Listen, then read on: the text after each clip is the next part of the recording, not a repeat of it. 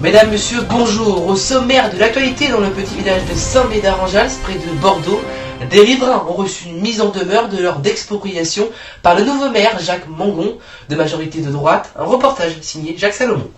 Vous êtes des familles qui vont être expropriées. Pour l'instant, vous ne l'êtes pas, mais vous allez l'être. Qu'est-ce que vous avez envie de nous dire devant cette expropriation, depuis que le maire est passé à droite? Avant c'était la gauche, maintenant c'est la droite. C'est un énorme scandale, tout le monde le reconnaît.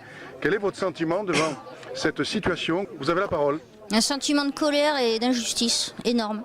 On a acheté notre maison il y a 5 ans, Ouais. La mairie n'a pas préempté, on a fait 5 ans de travaux, on a tout refait dans notre maison nous-mêmes.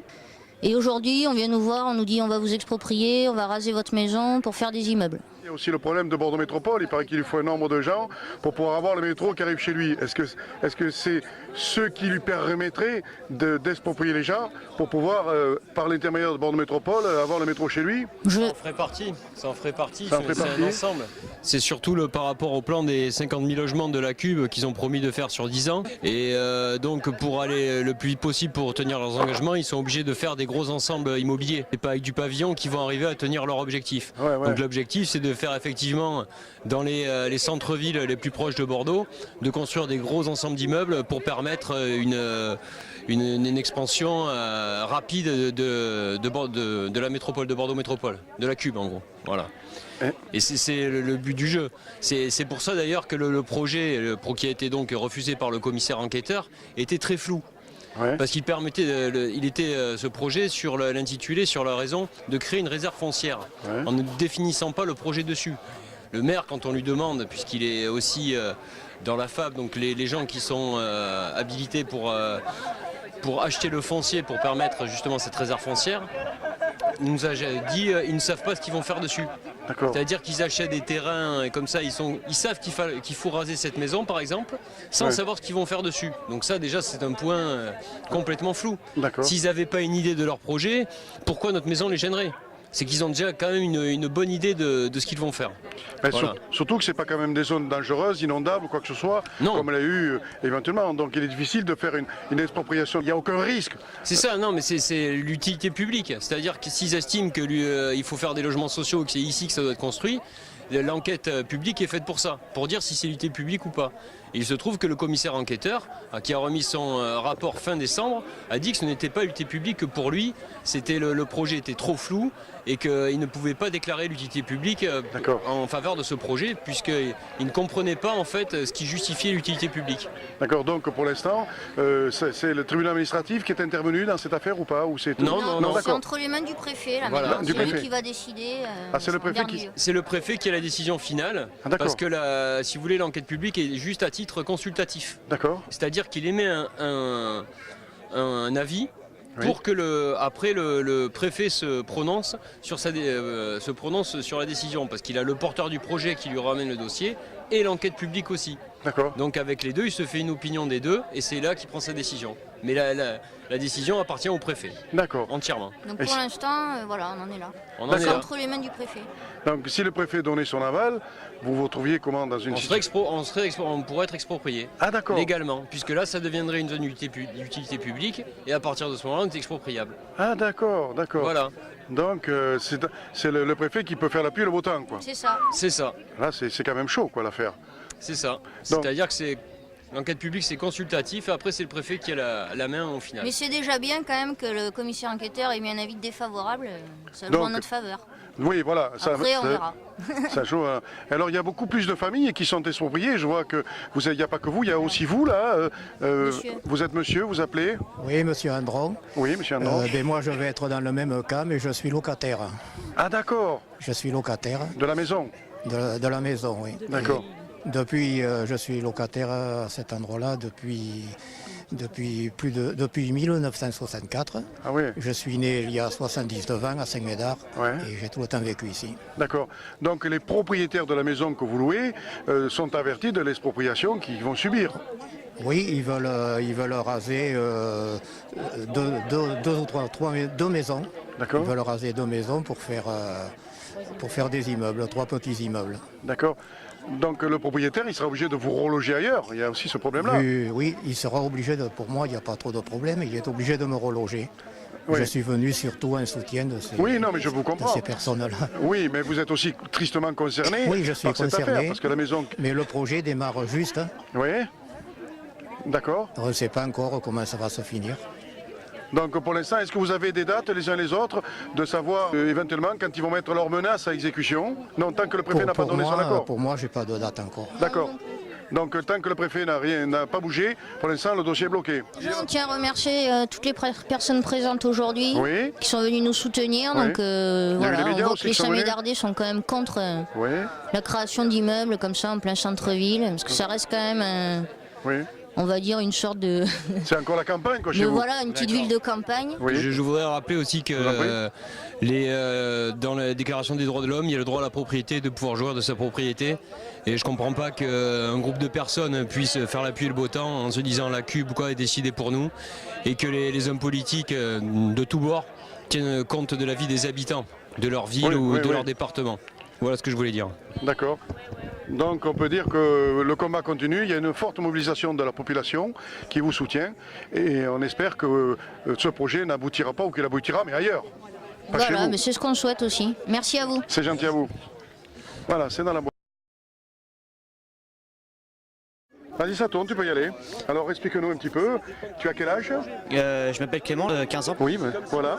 Alors toi, Clément, tu vis ici à Saint-Médard-en-Jalles. Comment tu vois un petit peu, à travers les adultes, la politique, un petit peu la situation que traversent les jeunes? Comment tu vis toi cette espèce de dictature en silence que l'on met, on exproprie les gens, on les... Comment toi tu le vis de tes 15 ans? Enfin, ce que je vois, c'est qu'il y a pas mal de personnes qui sont mal et tout ça à cause de cette situation. Ouais.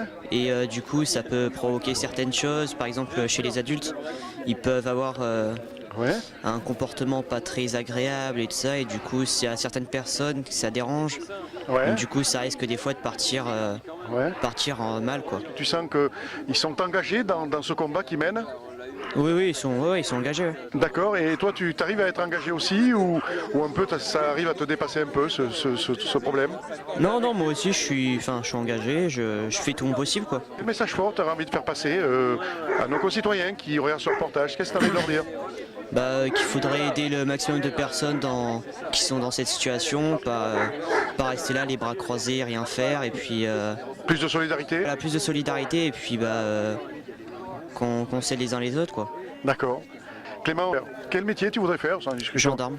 Ah là là, gendarme, alors, alors si tu es gendarme, comment... Alors tiens, 2 mots sur les gendarmes. Tiens, on va te donner la parole, on va changer de sujet. On va un peu parler de toi, gendarme. Pourquoi tu as envie de faire gendarme? Explique-moi un petit Parce peu. que du coup mon grand-père était gendarme, et puis j'aimerais bien faire comme lui, en fait. Alors, dis-moi, il y a eu la loi travail. Quand il faut que tu ailles taper sur les gens qui sont contre, est-ce que tu vas être obligé d'aller le faire ou pas? Comment tu vas te ressentir quand il faut qu'on va te donner un ordre, on va dire, ben oui, mais là, il faut aller me sortir ces gens-là qui manifestent parce qu'ils sont contre le travail, mais tu as un ordre, il faut que tu ailles les matraquer avec la petite matraque. On va te donner une jolie petite matraque. Comment tu vas ressentir cela? Je vais me sentir mal, parce que enfin après les gens ont le droit d'exprimer leur opinion, donc Oui, mais toi, tu n'as pas le droit de l'exprimer, l'opinion, hein, tu le sais. ouais. Donc, Voilà, donc du coup c'est vrai que là je vais me sentir mal, quoi. d'accord. Donc c'est le métier que tu voudrais faire. Donc c'est bien parti pour. Tu as été un peu dans la gendarmerie, voir un petit peu comment ça se passe, ils t'ont accueilli, tu as fait des stages? Non, j'ai fait des stages chez les pompiers. Ah d'accord, mais pas dans la gendarmerie. Non. Bon, mais quand tu vas rentrer à la gendarmerie, on te donnera une petite matraque et on te dira voilà, tu tapes sur tout ce qui bouge. Et ceux qui bougent pas, tu tapes pas. Non, je fais de l'humour. Hein. Je fais un peu d'humour dans ce monde de brut. J'ai envie de faire un peu d'humour. Donc toi, ta passion, ça serait être gendarme. Et à part gendarme, Pas grand chose en fait, à part tout ce qui est sur les jeux vidéo et tout ça. ah, c'est ta passion, les jeux vidéo? Ouais. Ah d'accord, tu es un fan. Alors il y en a qui font des jeux vidéo, ils les mettent sur des sites, sur YouTube, tout ça. Toi, c'est un peu ça? Tu le fais? Non, pas trop? Non, ça Non. je fais pas par contre. D'accord. Donc là, ta passion, c'est les jeux vidéo. Et ta deuxième vocation, c'est d'être gendarme. Bon alors quand tu seras gendarme, tu me le dis, comme ça quand je passe, tu me mettras pas un PV. Hein. Tu seras gentil Clément. Hein. Tu te rappelleras de moi, tu diras le monsieur avec la caméra, ah, c'est bon, laissez-le, il peut passer. On le connaît. Quand j'avais 15 ans, il m'a interviewé, maintenant j'en ai 30, c'est bon, il peut passer. Bon, lui il est très âgé, je serai plus âgé que toi. Bon, ben Clément, c'est gentil à toi. Merci de nous avoir éclairé sur cette situation que vous vivez les uns les autres à Saint-Médard-en-Jalles, pas loin de la région bordelaise. Et puis ben voilà, on va essayer de faire passer le message. Et puis n'hésitez pas à contacter nous hein, si vous voulez d'autres reportages. Si tu as envie de parler Clément, ben, tu nous contactes et on te redonnera la parole. Merci à toi Clément, c'est gentil. Il n'y a pas de quoi. C'est bon, c'est ça. Bonjour, je suis citoyen de Saint-Médard-en-Jalles. Vous appelez Pardon? Vous appelez si vous voulez dire Oui, Ludovic Rouja. D'accord, super. Je suis propriétaire à côté de la gare cycliste et il y en a franchement marre de ces décisions abusives que peuvent faire les mairies d'une manière générale, que ce soit ici ou que ce soit par exemple à côté de chez moi. On ne peut jamais rien savoir. L'argent public est dépensé à gogo pour des conneries et on exproprie les gens au prix le plus bas du marché, ce qui n'est pas normal, ça devrait être au prix le plus haut. Oui. Donc à ce jour, effectivement, on est tous ici, on n'est pas contents. Et je pense qu'on n'est pas les seuls et on doit se faire entendre. Donc il faudrait qu'ils construisent, si ceux qui sont expropriés devraient reconstruire leur maison ailleurs, dans les mêmes conditions qu'ils avaient leur maison, à leurs frais. Exactement, voire même en mieux, parce qu'il y a quand même du préjudice derrière tout ça, il y a des soucis, je vois mes amis, ils dorment pas la nuit à cause de cette histoire. Mon pote, il a construit sa maison, il a mis de la sueur, il a mis de l'argent là-dedans, et on lui annonce après que ça va être rasé, je trouve ça mais scandaleux. C'est scandaleux comme plein de choses en France. Est-ce qu'il ne faut pas qu'il y ait une forte solidarité? Je crois qu'aujourd'hui, c'est difficile de mobiliser les gens, de les faire venir, de les faire bouger, tant qu'ils se sentent tristement pas concernés. Est-ce que ça... Oui, parce que moi, le premier, on est débordé par le travail déjà.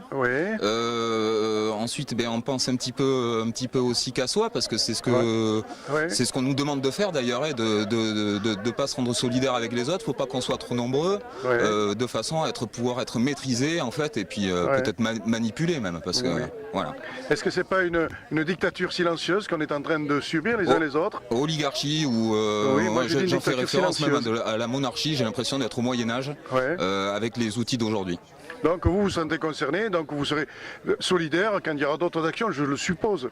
Je serai solidaire dans la manière du possible, toujours pareil, en fonction de l'écrasement du travail, de ce qu'on nous demande de faire, des charges qu'il faut pouvoir suivre derrière tout ça. Donc oui, dans la manière du possible, mais... Je crois qu'aujourd'hui... Oui, pardon. Pot de fer contre pot de terre, c'est toujours pareil. On a besoin d'espoir, mais on est surtout désespéré en fait. Le pot de fer, on risque pas de le casser, mais on peut le fêler. Le pot de fer, on peut le fêler sans peut-être le casser, mais si on le fêle, après il finira par casser. Mais je veux bien y croire, mais bon. Si, il faut y croire, il faut être solidaires les uns des autres, et je crois que c'est bien que des citoyens se mobilisent comme vous le faites, d'autres, parce que je crois qu'il va falloir de plus en plus, devant ces gouvernements qu'on met en place, véritablement que le peuple s'accapare du pouvoir et dise aux politiques, on vous a mis pour faire cette politique-là et pas l'inverse. Je crois que c'est ça qu'il faut être capable de leur dire. La Fed, là, c'est ça, là Je ne connais pas ici, je sais pas. Eh bien, ils ont créé une association, en fait, pour s'approprier les terrains des gens, pour créer des logements, pour payer les impôts à ces gens-là, pour payer leur salaire, quoi. Mais où c'est qu'on en est au jour d'aujourd'hui? Et au jour d'aujourd'hui, voilà, il y a des gens qui se mobilisent, voilà, parce qu'ils sont pas du tout contents, mais c'est tout à fait normal. Et je pense que ces terrains-là qui est autour de nous, au lieu de faire des logements pour enrichir toujours les mêmes personnes, ce qu'on pourrait faire, ça serait faire du potager, là. Vous savez quoi, on pourrait faire du potager pour nourrir tous ces gens-là qui sont en train de crever la dalle parce qu'on est en train de nous nourrir émotionnellement, on est en train de nous mourir physiquement, moralement. Mais qu'est-ce qui va nous rester de nous, quoi? On va devenir quoi? C'est ça le problème qu'on se pose au jour d'aujourd'hui. Que si chacun pouvait faire son potager, là, qu'on leur laisserait un petit bout de terrain, juste pour qu'ils puissent s'alimenter tout simplement. On leur demande pas, on leur demande juste que les gens ils puissent s'éveiller.